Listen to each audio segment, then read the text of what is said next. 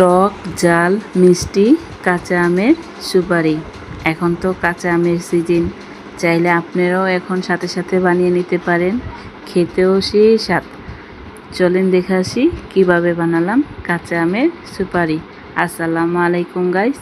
কাঁচা আমের সুপারি বানানোর জন্য নিয়ে নিলাম 1 কেজি আম। আমগুলা একদম ফ্রেশ হতে হবে। আমগুলাকে ভালো করে ধুয়ে এখন ছিলে নেব, একটু মোটা করে ছিলব যাতে ছিলকাটা না থাকে আমের সাথে।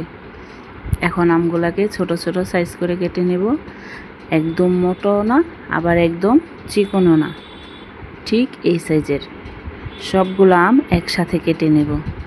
দেখছেন তো আমগুলা কী সাইজে কেটেছি। এখন একটা পাত্রে গরম পানি বসিয়ে দিলাম, কিছুক্ষণ গরম হলে আমগুলাকে দিয়ে দেব।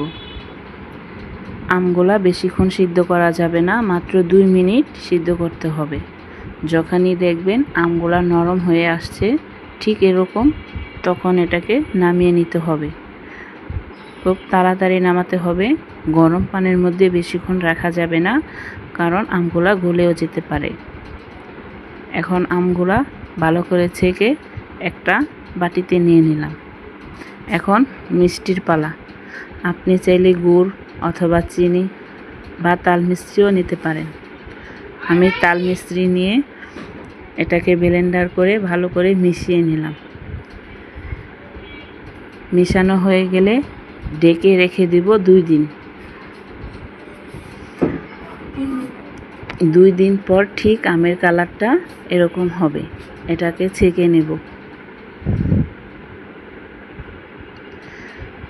এটা যখন ছাঁকা শেষ হয়ে যাবে, এই পানিটা রেখে দেব, এটা দিয়ে শরবত বানিয়ে খাবো। এখন এই আমগুলোকে শুকিয়ে নেব। 2 দিন রোদে শুকালে হয়ে যাবে কাঁচা আমের সুপারি। এই যে আমার কাঁচা আমের সুপারি। এখন এর মধ্যে দিয়ে দিব শুকনো মরিচের গুঁড়া, ধনিয়ার গুঁড়া, লবণ আর তাল মিশ্রির গুঁড়া একসাথে মিশিয়ে রেখে দেব বয়মে ভরে। 1 বছর সংরক্ষণ করতে পারবেন, নষ্ট হবে না, খেতে সেই স্বাদ। যদি ভিডিওটা ভালো লাগে লাইক কমেন্ট শেয়ার করে দিবেন।